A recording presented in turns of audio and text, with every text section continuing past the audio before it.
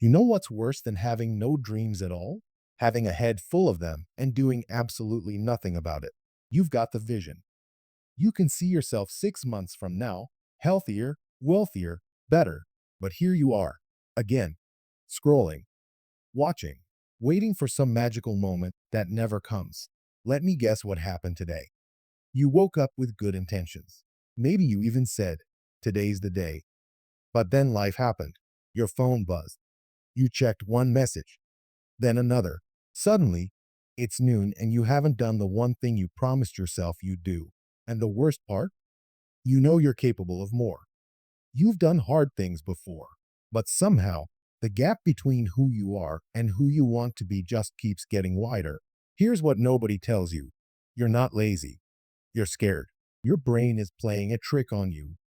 It sees your big goal, writing that book, building that business, getting in shape, and it calculates the distance, the effort, the possibility of failure, and it whispers, "This is too much. Let's do something easier." So you do. You choose comfort, not because you're weak, but because your brain is literally designed to protect you from discomfort. It's an ancient survival mechanism that worked great when we were running from lions, but terrible when you're trying to build something meaningful. Think about it. When was the last time you said, "I'll start Monday"? How many Mondays have passed since then? 5? 20? 100? This isn't a motivation problem. It's a strategy problem. And I'm going to give you the exact strategy that flips the script. Here's the truth bomb. You don't need to feel motivated to take action. You take action first, and motivation follows. Read that again. Everyone's waiting for inspiration to strike like lightning. But the people actually winning, they're not more talented. They're not more disciplined. They just understood one secret. Action creates clarity. Clarity creates confidence. Confidence creates momentum. You want to stop being ambitious but lazy? Stop thinking about the mountain. Look at the ground right in front of you. That's your battlefield. Not tomorrow, not next week. Right now, today, this moment. Strategy number one, the atomic approach. Let me tell you about micro commitments.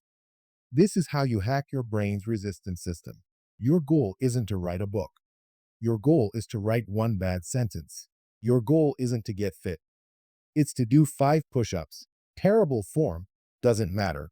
Your goal isn't to build a business. It's to send one email. Why does this work? Because your brain can't argue with something ridiculously small. Just one sentence. Fine, whatever. But here's the magic. Once you start, your brain switches modes. The resistance melts. Suddenly, that one sentence becomes a paragraph. Those 5 push-ups become 15. I'm not exaggerating. Try it right now. After this video, commit to doing something for exactly 90 seconds. Not an hour. 90 seconds. Watch what happens. You'll either stop at 90 seconds, which is still 90 seconds more than yesterday, or you'll keep going because the hardest part was starting. Strategy number two. Environment beats willpower. You can't white-knuckle your way to success. Willpower is a battery, and it drains fast, so stop relying on it. Design your environment to make the right choice the easy choice. Want to work out in the morning? Sleep in your gym clothes. Want to eat healthier? Don't buy junk food. You can't eat what's not there. Want to write every day? Close every browser tab except your document before you go to bed. This sounds simple because it is simple. But simple isn't the same as easy. Most people never do this because they underestimate how much their environment controls them. You're not battling yourself. You're battling a room full of distractions. Remove the friction from good habits. Add friction to bad ones. Make laziness harder than effort. Strategy number three, the 2-minute assault. This is the nuclear option when you feel paralyzed. Promise yourself 2 minutes, not 20. 2. Can't study? Open the book for 2 minutes. Can't exercise? Put on your shoes and walk outside for 2 minutes.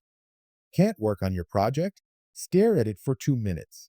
Here's why this destroys procrastination. Your brain can't catastrophize 2 minutes. It's not a threat, but motion creates emotion. Once you're moving, staying in motion becomes natural. It's physics. Objects in motion tend to stay in motion. And even if you stop at 2 minutes, you've broken the cycle. You've proven to yourself that you can do it. Tomorrow, those 2 minutes will come easier. Then they become 5, then 10. Then you're not even counting anymore. Let's be honest for a second. Some days, you're going to fail. You'll skip the workout, ignore the work, fall back into old patterns. And that's when most people quit. They think one bad day means they're back to zero. Wrong. One bad day is just that, one day. What kills dreams isn't failure. It's quitting after failure. The difference between people who make it and people who don't isn't talent or luck. It's that they kept showing up after the bad days. You're not competing with anyone else. You're competing with the person you were yesterday. Did you do slightly better? Even 1%? Then you're winning. So here's what happens next. You're going to close this video and you're going to feel something. Maybe it's motivation. Maybe it's fear. Maybe it's doubt. Doesn't matter. You're going to pick one thing, not 10. One. And you're going to do the smallest possible version of it. Right now, before your brain talks you out of it. Maybe it's opening that document. Maybe it's putting on different clothes. Maybe it's writing down 3 steps. Whatever it is, make it so small that you'd feel ridiculous not doing it. Because here's what I know about you. You didn't watch this video by accident. You're not actually lazy. You're just stuck. And stuck isn't permanent. Stuck is a choice you keep making. 6 months from now, you'll either be exactly where you are right now, or you'll be somewhere completely different. The only variable is what you do in the next 2 minutes. Your dreams aren't dead. They're just waiting for you to stop thinking and start moving. So move. I'll see you in the next one.